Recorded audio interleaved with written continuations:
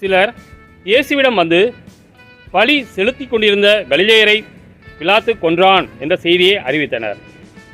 அவர் அவளிடம் மறுமொழியாக, இக்கலிலேயருக்கு இவ்வாறு நிகழ்ந்ததால் இவர்கள் மற்றெல்லா கலிலேயரையும் விட பாவிகள் என நினைக்கிறீர்களா? அப்படி அல்ல என உங்களுக்கு சொல்கிறேன். மனம் மாறாவிட்டால் நீங்கள் அனைவரும் அவ்வாறே அழிவீர்கள்.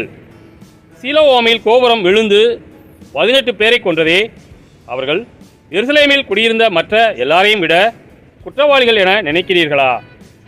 அப்படி அல்ல என உங்களுக்கு சொல்கிறேன். மனம் மாறாவிட்டால் நீங்கள் அனைவரும் அப்படியே அழிவீர்கள் என்றார்.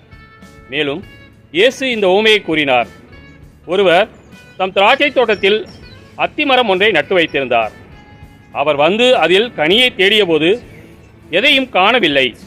எனவே அவர் தோட்டத் தொழிலாளரிடம், பாரும், 3 ஆண்டுகளாக இந்த அத்திமரத்தில் கனியை தேடி வருகிறேன், எதையும் காணவில்லை. ஆகவே இதை வெட்டிவிடும், இடத்தை ஏன் அடைத்து கொண்டிருக்க வேண்டும் என்றார். தொழிலாளர் மறுமொழியாக, ஐயா, இந்த ஆண்டும் இதை விட்டு வையும்.